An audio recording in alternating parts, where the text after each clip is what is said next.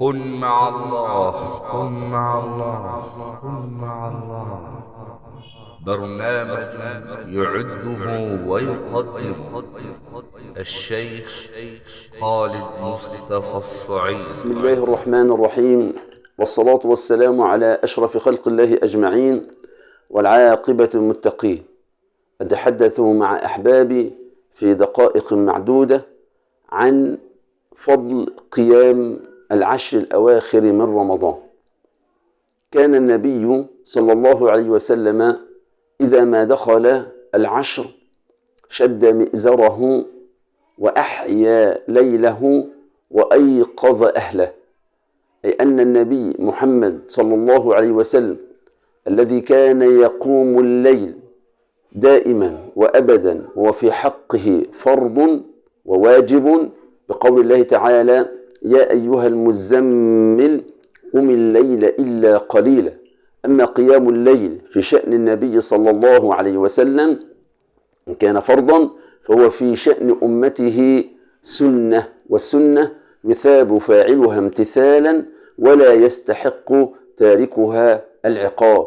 ونحن نقتدي بهدي النبي صلى الله عليه وسلم لقول الله تعالى: لقد كان لكم في رسول الله أسوة حسنة، أي قدوة طيبة وأسوة حسنة. نقتدي بهدي النبي صلى الله عليه وسلم بإحياء العشر الأواخر من رمضان، وهذا لطلب ليلة القدر. فكان النبي صلى الله عليه وسلم يشد مئزره، أي كناية عن الجد والاجتهاد عن غيرهن من الليالي في القيام، وكذلك كناية عن اعتزاله لمعاشرة الأزواج، لأنك لو نظرت في ختم الحديث كان يحيي ليلة، أي يحيي الليل من بدايته إلى نهايته، وكان يوقظ أهله حتى لا يحرموا من أجر القيام طلبا للغفران، لأن النبي صلى الله عليه وسلم قال: من قام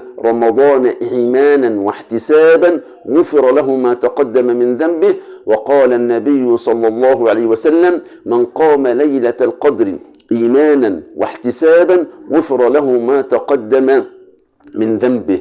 حديثان يبينان لنا أن مغفرة الذنب في حسن قيام رمضان من أول ليلة إلى آخر ليلة في رمضان، وكذلك بخاصة ليلة القدر لفضلها ولشرفها. كيف تحيي ليل رمضان، وكيف تحيي ليل العشر، وكيف تحيي ليلة القدر خاصة، هذا نوجزه في كلمات ثم نوضحه في فيديو آخر إن شاء الله عز وجل، بذكر الله المطلق وبذكر الحال بالعبادات، وكذلك بقراءة القرآن، وكذلك بالدعاء، وكذلك بطول القيام والركوع والسجود بين يد الله سبحانه وتعالى، كذلك مع كثرة الاستغفار ومع كثرة الصلاة على النبي محمد صلى الله عليه وسلم. أقول قولي هذا وأستغفر الله لكم وجزاكم خير الاستماع، والسلام عليكم ورحمة الله وبركاته.